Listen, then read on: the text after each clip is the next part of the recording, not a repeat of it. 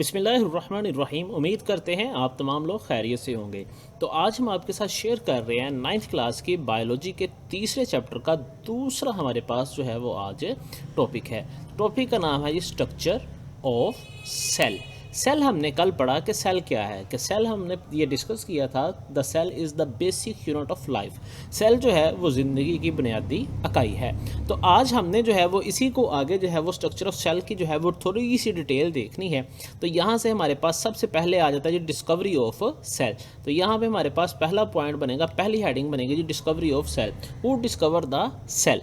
तो यहाँ से हम इसका जवाब जो है वो शुरू करते हैं। The basic structure of the cell was discover. जो सेल का बेसिक स्ट्रक्चर था वो दरियाफ्त हुआ था बाय एन एक इंग्लिश जो है वो साइंटिस्ट रॉबर्ट हुक ने जो है वो इसको दरियाफ्त किया था कि एक सेल की बुनियादी साख्त को जो है वो एक अंग्रेज़ साइंसदान जो था रॉबर्ट हुक उसने दरियाफ्त किया था इन 1965 में यूजिंग। अच्छा, ये हमारे पास जो है ये MCQ है कि उसने कब जो है वो इसको डिस्कवर किया था 1665 में यूजिंग अ सिंपल माइक्रोस्कोप। उसने एक सादा माइक्रोस्कोप समझ लें कि उसके ऊपर सिर्फ लेंसेज लगे हुए थे।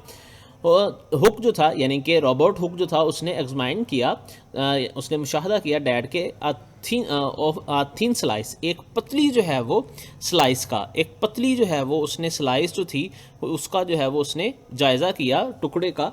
क्या उसने किया ऑफ कॉर्क के एक पतले टुकड़े का जो है वो उसने माइक्रोस्कोप, एक सादा माइक्रोस्कोप के नीचे रख के मुताला किया एंड डिस्कवर, और उसने दरियाफ्त किया टिनी बॉक्स लाइक स्ट्रक्चर।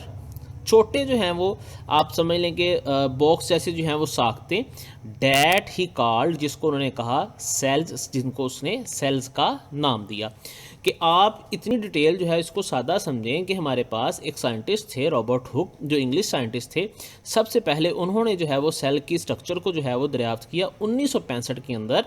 उन्होंने एक सादा माइक्रोस्कोप के अंदर जो है वो माइक्रोस्कोप के नीचे कॉर्क का एक पतला जो टुकड़ा है, पतली जो स्लाइस है उसका जो है वो मुताला किया, और उन्होंने दरियाफ्त किया कि इसके अंदर एक छोटे छोटे जो हैं वो बॉक्स जैसी जो हैं वो साख्तें हैं। इनको उन्होंने सेल्स का नाम दिया। He can could not study the detail, वो जो है वो ज़्यादा डिटेल के साथ मुताला ना कर सकते of the internal structure of the cell की जो है वो अंदर की साख्तों का।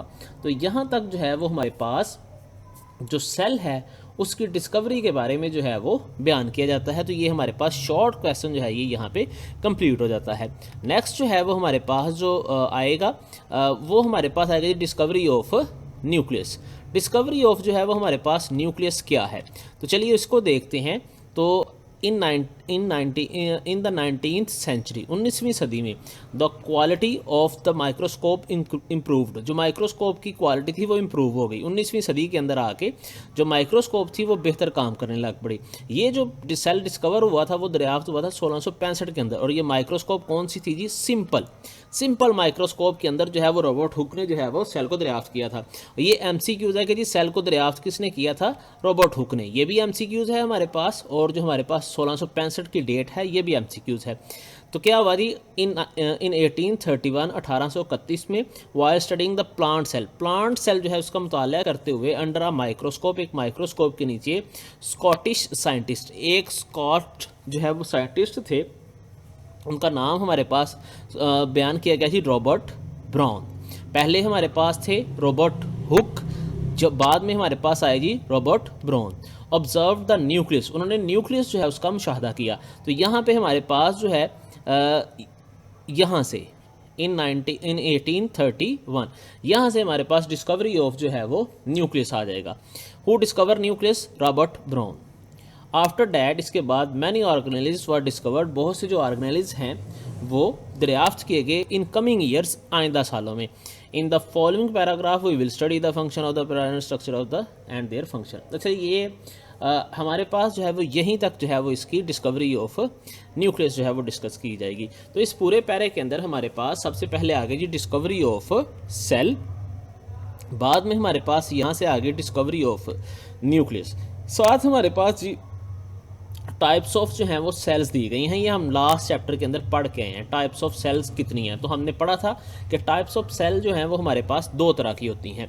तो चलिए इसको जो है वो हम डिस्कस करते हैं कि टाइप्स ऑफ सेल जो हैं वो हमारे पास कितनी हैं। तो टाइप्स ऑफ सेल जो हैं वो हमारे पास जो बयान की गई हैं उसमें हमारे पास जो है वो आप हम जानते हैं, जैसे कि पिछले चैप्टर में हमने पढ़ा कि दो टाइप्स हैं बेसिकली। एक है हमारे पास प्रोकैरियोटिक और एक है हमारे पास यूकैरियोटिक। प्रोकैरियोटिक ऐसे सेल्स होते हैं जिनके अंदर जो है वो सिंपल जो है वो सादा सेल्स होते हैं और इनके अंदर do not have the membrane bonded organelles, और इनके अंदर मेम्ब्रेन बॉन्डेड जो हैं वो ऑर्गेनेल्स नहीं होते। यानी कि इनके जो ऑर्गेनेल्स होते हैं, ऑर्गेनेल्स किन्हें कहते हैं, ऑर्गेनेल्स कहते हैं सेल के अंदर पाई जाने वाली छोटी जो साख्तें होती हैं। ये हम ऑर्गेनेल्स आगे पढ़ते हैं इसी चैप्टर के अंदर।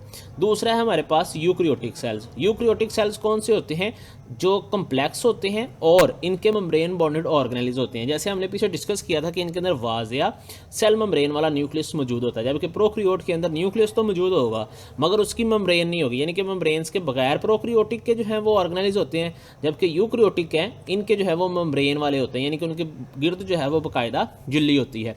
अगर आप अंडा तोड़ें, किसी भी जो है वो आप परिंदे का, जानवर का जो है वो अंडा अगर आप तोड़ते हैं तो हम देखते हैं कि उसके अंदर जो है वो सफ़ेदी होती है और उसके सेंटर में जो है वो जर्दी होती है। अगर आप जब तक उसको टच ना करें तो वो बिल्कुल एक सर्कल की सूरत में जो अंडा होता है उसके अंदर मौजूद रहती है। जैसे ही हम उसको टच करते हैं उसके गिर्द एक झिल्ली होती है, वो टूट जाती है। जब वो टूटती है तो वो जर्दी जो है वो पूरे अंडे के अंदर फैलना शुरू कर देती है। तो वो जो जर्दी होती है उसके अंदर जो एक झिल्ली होती है जिसके अंदर वो पूरी जर्दी महफूज होती है, उसे हम सेल मेम्ब्रेन जो है वो, न्यूक्लियस मेम्ब्रेन जो है वो कहते हैं। तो बेसिकली ये हमारे पास ये भी शॉर्ट क्वेश्चन है, टाइप्स ऑफ सेल कितनी हैं जी, दो हैं, उनकी डिटेल बयान कर दें, प्रोकैरियोट और यूकैरियोट है। तो ये हमारे पास जो है ये एक मुकम्मल जो सेल स्ट्रक्चर है वो यहाँ तक कंप्लीट हो जाता है। आगे हम जो है वो इनकी साख्तें पढ़ेंगे, वो नेक्स्ट लेक्चर में आपके साथ शेयर की जाएंगी।